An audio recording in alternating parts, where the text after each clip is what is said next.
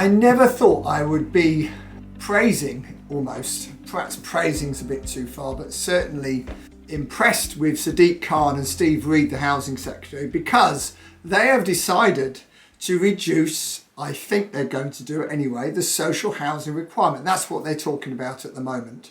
And I think it's going to come out in the next few weeks that they actually have done this from 35%, which is the norm in London. In some cases, it's 50% social housing, but the norm is 35%, down to 20%, which is quite remarkable. Mind you, the reason they've had to do this, of course, is because in the first 3 months of the year, we've only started building 3,500 houses and flats in London for private ownership.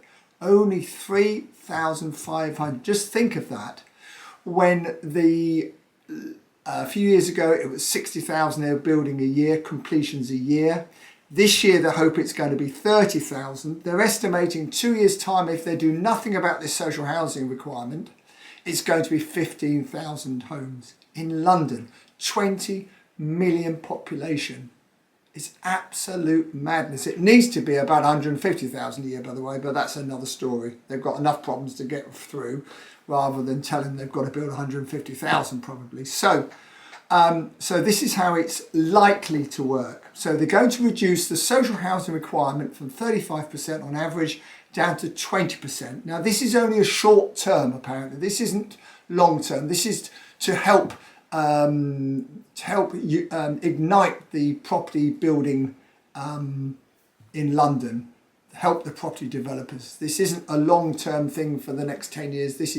They're going to do it for 2 or 3 years, but I think once they've done it, I don't think they can take it back, because they'll see definitely an increase in house building. And of course, they may well then do that for some of the rest of the country potentially as well, which would be great, because in many areas it's still 30%.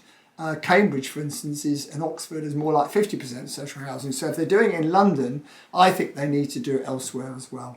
So they're also giving the councils the option of not having to charge CIL, the Community Infrastructure Levy.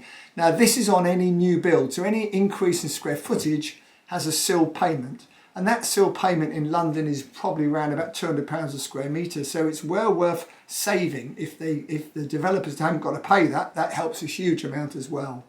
Of course, we do have a lot of negativity about these proposals from Shelter, which is the charity for homeless people. They're saying all it's going to do is increase home ownership and do nothing for the homeless. Well, I don't think it's going to do the homeless any harm.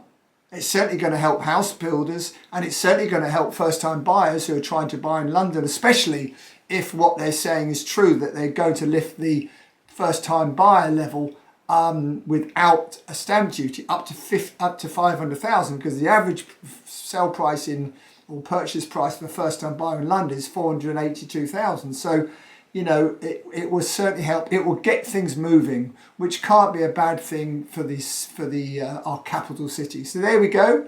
Unbelievably, I'm not praising Sadiq Khan or Steve Reed, but I'm relatively impressed with them that they're pulling their finger out and doing something. See you next time.